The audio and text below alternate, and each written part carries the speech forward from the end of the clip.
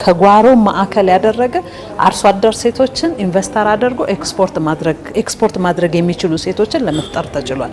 በአነስተኛና መካከለኛ ኢንዱስትሪዎች ላይ ከአነስተኛ ኢንዱስትሪ ጀምሮ መካከለኛ ኢንዱስትሪ ላይ ገብተው ከፍተኛ ኢንዱስትሪ ውስጥ ገብተው ደግሞ ምርቶቻቸውን ኤክስፖርት ማድረግ የጀመሩ የኢንዱስትሪ ባለቤት የሆኑ ሴቶች ተፈጥረዋል። ይህ ውጤት ከሀገር ተሻግሮ ጎረቤት ሀገራት አብነት የሚያደርጉት ከጥቂት ዓመታት ወዲህ የታየ ምርታ ነው። ሴቶች የንግድ ዘርፉ ተሳትፏቸውን በማሳደግ ኢኮኖሚያዊ ተጠቃሚነታቸውን ለማረጋገጥ የሚያስችሉ ተግባራት ላይ የመከረ ጉባኤ ተካሂዷል። የምስራቅና ደቡብ አፍሪካ ሀገራት የጋራ ገበያ ኮሜሳ የሴቶችን ኢኮኖሚያዊ ተጠቃሚነት ለማረጋገጥ እንደሚሰራ ያነሳል።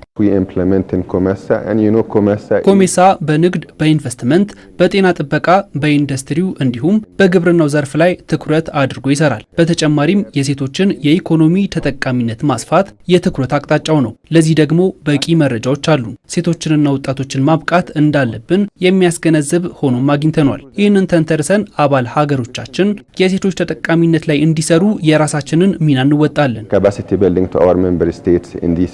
በአፍሪካ ሴቶች የፋይናንስ፣ የዲጂታል ክህሎት፣ የገበያ በውሳኔ ሰጭነት ያላቸውን ተጠቃሚነት ከማረጋገጥ አንጻር የሚስተዋሉ ክፍተቶችን ለመሙላት በቅንጅት መስራት ያሻል። ብድር እንዲያገኙ የብድር ፋሲሊቲ ብድር ማግኘት ብቻ ሳይሆን የፋይናንሻል ማኔጅመንት ችግር አለባቸው።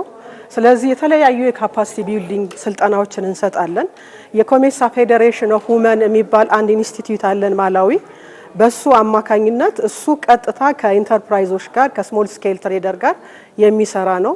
ከነሱ ጋር የፖሊሲ ሃርሞናይዜሽን ከሜምበር ስቴት ጋር እንሰራለን። ለስርዓተ ጾታ እኩልነት ማምጣት ላይ የሴቶች የኢኮኖሚ ተጠቃሚነት ማምጣት ላይ የበለጠ አንዱ ካንዱ ተሞክሮ ምንማማርበት የበለጠ ደግሞ የህግ ማዕቀፎቻችን ወደ ተቀራረበ ደረጃ ሆነው በገጠር በከተማ ያሉ ሴቶችን ይበልጥ ገቢያቸውን ጨምረው ወደ ተሻለ የገንዘብ እንቅስቃሴ ውስጥ የንግድ እንቅስቃሴ ውስጥ መግባት የሚችሉበትን ምቹ ስነ ምህዳር የመፍጠር ነው ማለት ነው። ለ3 ቀናት የሚካሄደው ጉባኤው እንደ አህጉር የሴቶችን ተጠቃሚነት ለማረጋገጥ የሚሰሩ ስራዎች አበረታች ቢሆኑ ቀሪ ስራዎች መኖራቸውን ገምግመዋል።